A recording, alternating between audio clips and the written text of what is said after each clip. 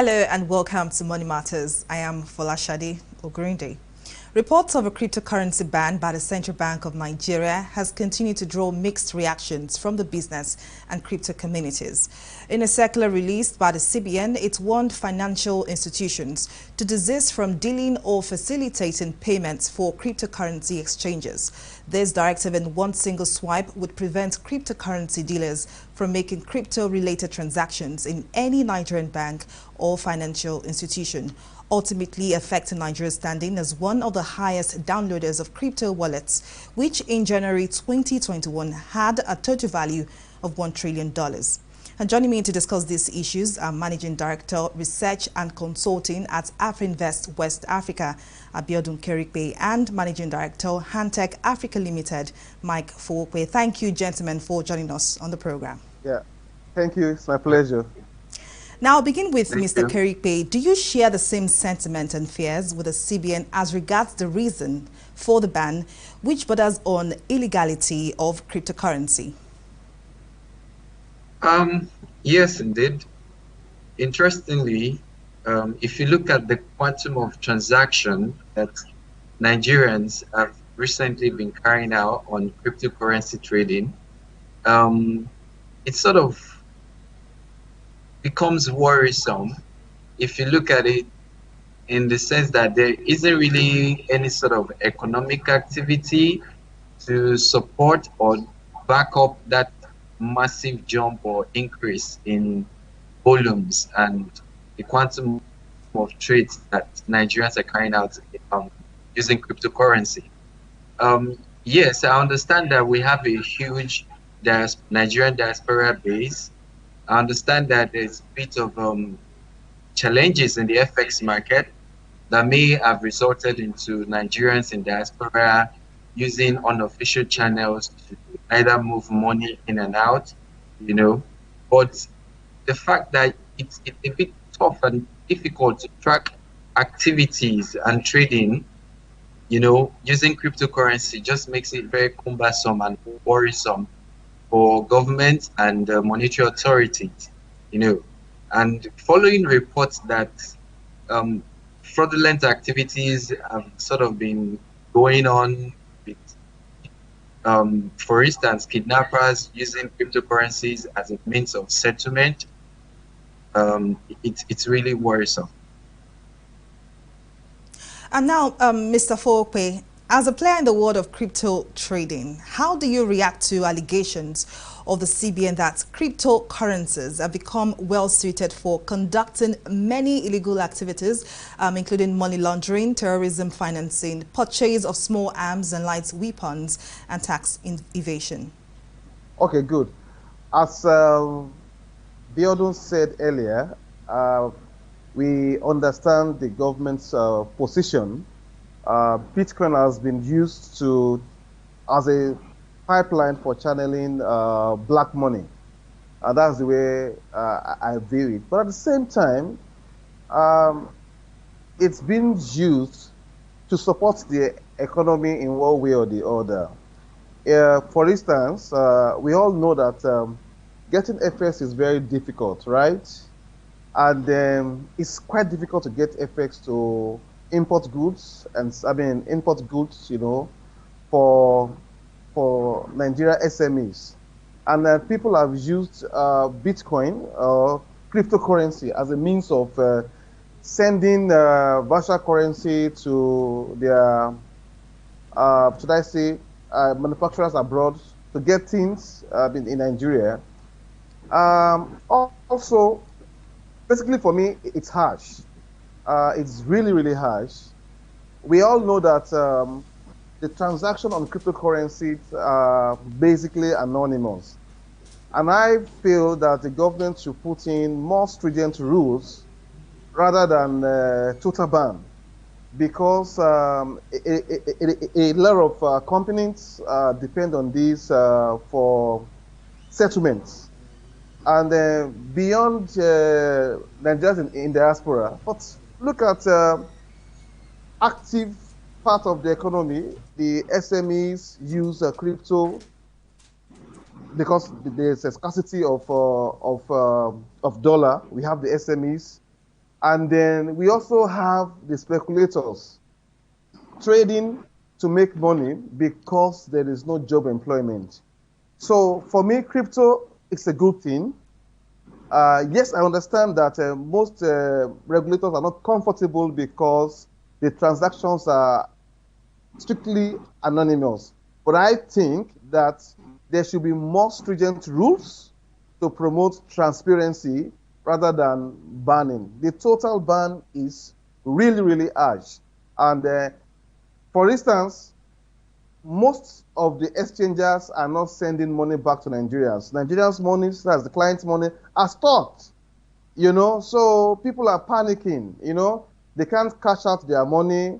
They can't even trade the money. So it's a whole lot of chaos now. But I think, in all fairness, the government should revisit their stand on banning the crypto totally. Thank you. And now, Mr. Folpe, you spoke about regulation and the government looking at some of these issues rather than outright banning, and which leads me to what I need to seek clarification on, Mr. Kerikpe. Let's talk about government regulation. Since plans are all the way to regulate this sector, some have argued that the CBN should have taken the route of sector regulation instead of banning DMOs from transacting cryptocurrency. Do you agree with this? Okay, let me just say a few things, right? When Nigerians make demand to buy cryptocurrencies, what they're actually demanding for, even though they are demanding, I mean, they're trying to do their transaction using the Naira, at the back end, what happens is there's still a demand for dollar because cryptocurrencies are not priced in Naira, they're priced in dollar. So that means at the back end, the exchange still has to have an interface with the CBN. Say CBN, your people are demanding for this quantum of cryptocurrency. You make available the dollar for us to back it up. That is one. And then two, in terms of regulation, there is still a bit of scarcity of knowledge with the regulators on how to come about or bring about creativity in regulating cryptocurrency or crypto trading. We've seen the Securities and Exchange Commission, September 2020, they came up with a policy statement or circular to sort of provide some level of regulation for asset managers within the Nigerian financial capital market that intends to engage in crypto-related transactions. We would sort of expect to see the CBN take such direction, but I would say these are probably still relatively early days. I mean, crypto has been around for probably more than 10 years or something, but for regulators that are heavy, deep, traditional fiat currency focused, it's going to take them a whole while before they can get a hang of this. And lastly, the CBN really has not banned cryptocurrency trading in Nigeria. What they've done is the agencies or the institutions that they regulate, those institutions should not provide support services that would facilitate cryptocurrency transactions or activity. It does not mean Nigerians who have access to foreign accounts, foreign bank account, cannot engage in cryptocurrency trading. They can. Thank you. But Mr. Kerikpe, even if they can, I want you to expatiate a bit on the impact this directive would have on those who have crypto coins and wallets. Now, if the MOs have been instructed not to transact crypto accounts, how then can people who have currency accounts, how then can they cash out in terms of legal tender? Thank you for that. What I know, and I can tell you this with live data, right? I have people that trade cryptos.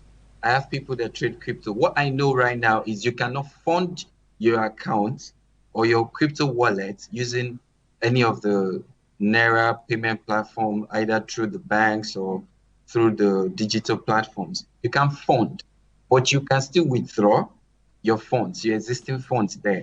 At least I can make a reference to one of the exchanges that I know still allows you to withdraw your funds. So I know, so in my mind, I think there is still a way you can withdraw your funds. The major challenge is not just that you cannot put in fresh funds into your cryptocurrency trading wallet. All right, Mr. Fowokpe, in the UK, the Financial Conduct Authority, FCA, banned the sale of crypto derivatives to retail consumers, naming reasons such as its as prevalence of market abuse, amongst others. Are we seeing a pattern around the world right now with regards to, the banning of cryptocurrency? Okay, if actually, like I said, most governments are not comfortable with crypto because transactions are done anonymously.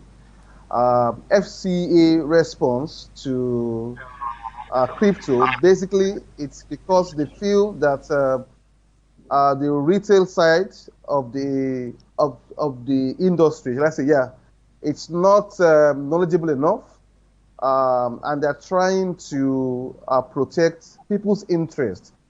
For instance, now, if you look at what happened in Nigeria, actually, I prefer the involvement of bank in crypto activities.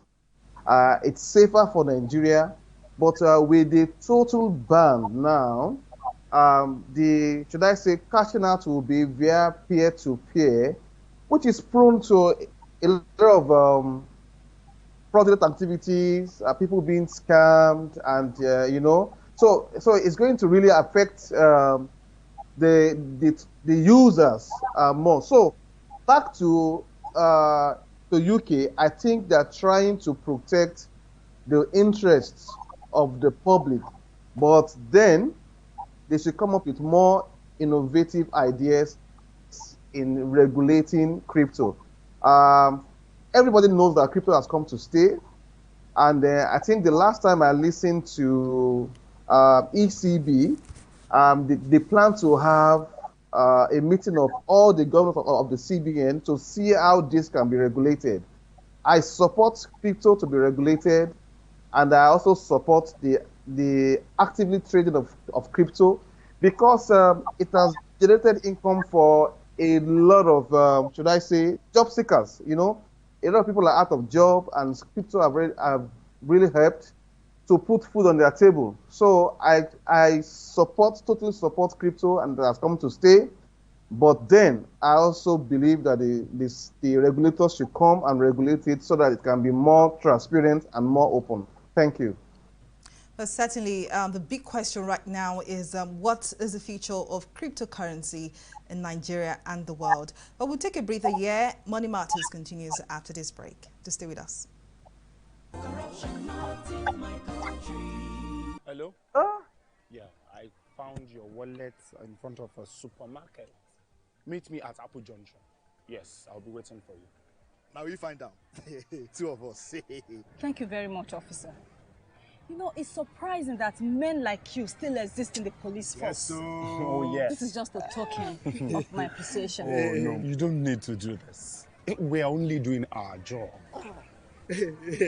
Thank you very much. God bless you. You're welcome. Now I know police is really my friend. Yes. Friend. Hey.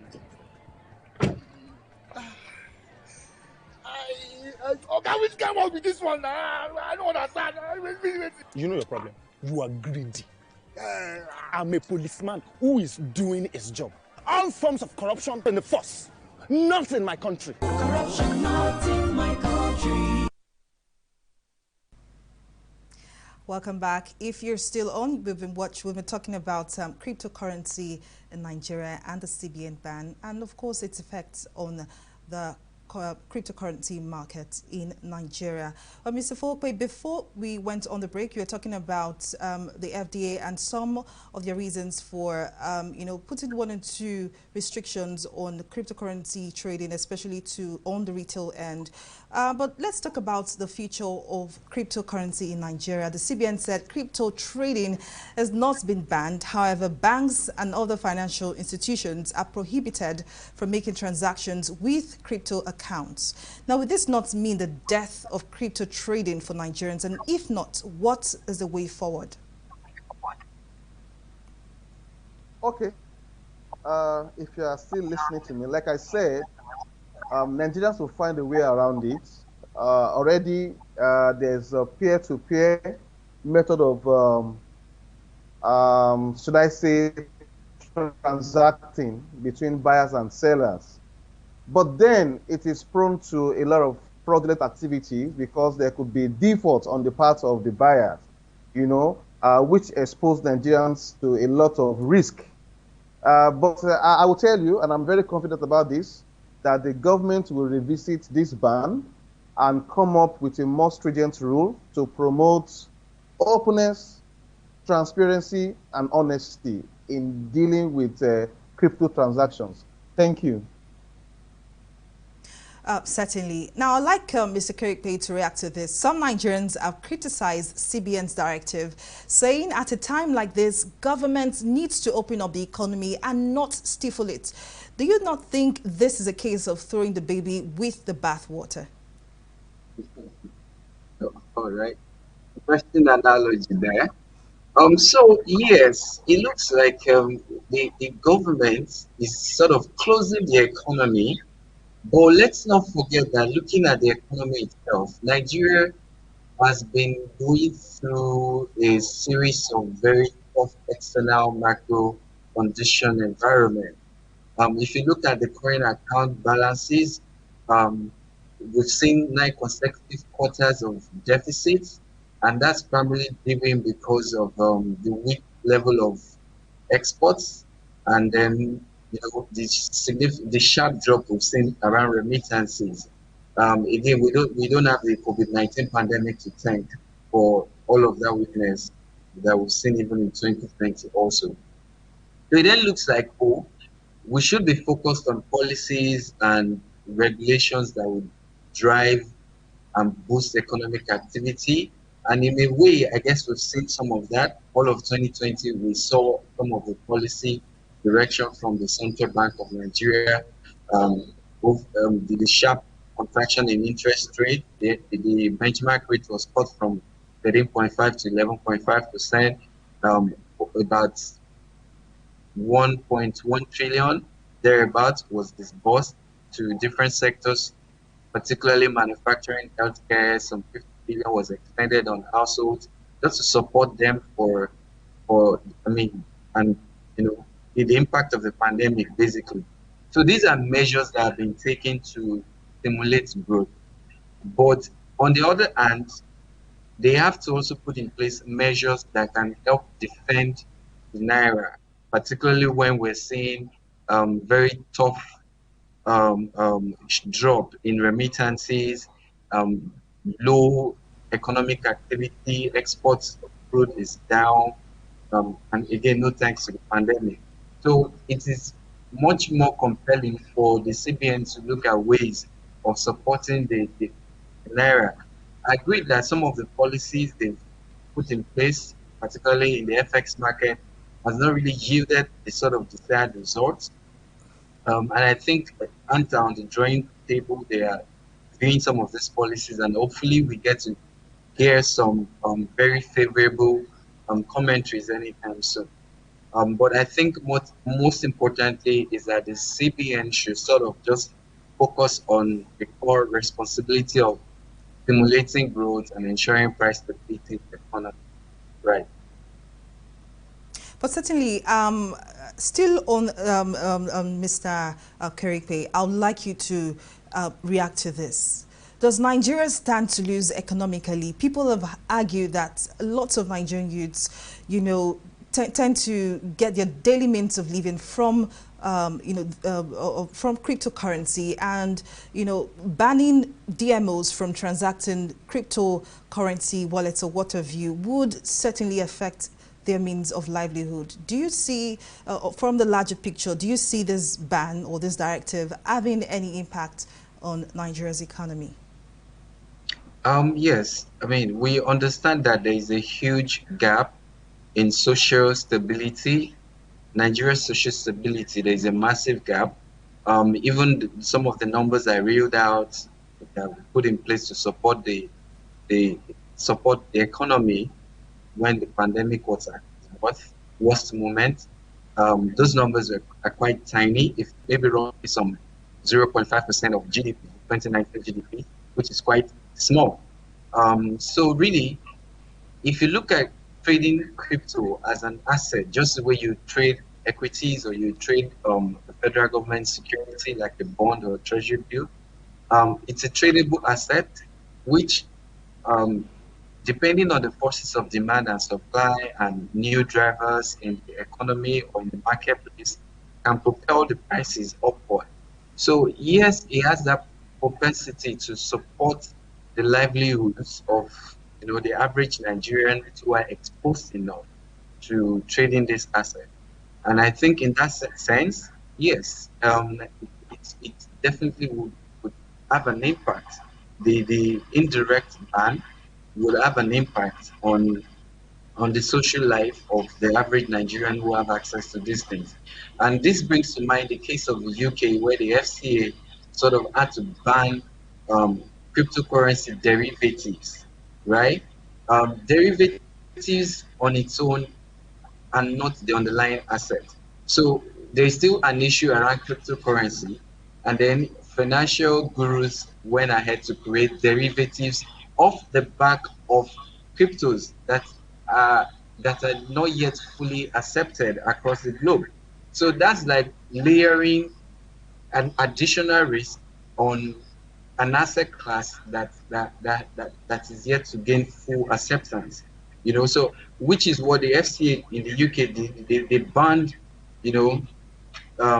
derivative in trading in any derivative that has a currency, crypto as an underlying was what they banned, not necessarily banning the crypto itself. So yes, it would have an impact on the social life of Nigerians. I can tell you of people that I know directly that over the last couple of years have been able to support themselves, without much support from the government and all, just by trading cryptocurrencies. And like Mr. Fowope said, this is the future. I think what we're just going to be seeing some more is regulation that would help to put names and identity to the counterparties that are involved in cryptocurrency trading or transactions. Now, finally, Mr. Fowope, the ban or the directive, took most people by surprise, though this directive has been in place since 2017, I think January 2017. But moving forward, what are the plans for cryptocurrency dealers, those who have wallets and coins? What are their plans currently? In the meantime, I want us to note one thing, that the crypto is no longer transacted via the banks. Yes, we know that. That doesn't mean that crypto trading will be totally stopped. So what it means is trading will go on via P2P, that's peer-to-peer. My only concern is this: peer-to-peer exposes Nigerians to a lot of fraud and scam. So that is it. And then Nigerians will suffer, really. Like Biodun said, crypto traders have used, should I say, profit from crypto trading to support themselves. We have a lot of people trading crypto in Nigeria.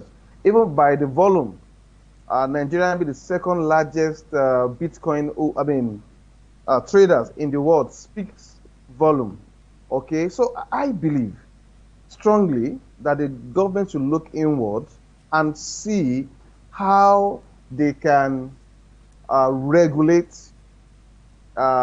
crypto trading in Nigeria rather than banning, because we are going to lose a lot of money, Nigerians. Will fall prey of a lot of scammers. So you will see now, Nigeria will be will be target by all these Pakistani, Indians, Russians, China, trying to buy off crypto from Nigerians. And most of this transaction will end up being defaulted. So I think basically crypto trading cannot be stopped. Nigeria will find ways of transacting the business, and already they are getting involved in peer-to-peer, which is prone to a lot of risk exposure.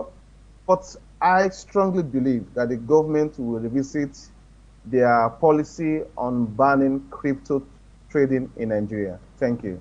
But certainly, the ball is in the hands of the government, but this is a continuing issue, and certainly these issues would evolve, and perhaps there will be a regulation of the cryptocurrency in Nigeria. But it's this much we can take at this time. But thank you, Managing Director, Research and Consulting at Afrinvest West Africa, Abiodun Kerikpe, and Managing Director, Hantech Africa Limited, Mike Folkwe. Thank you for your contributions on the program. And it's a wrap on the program. Bye for now.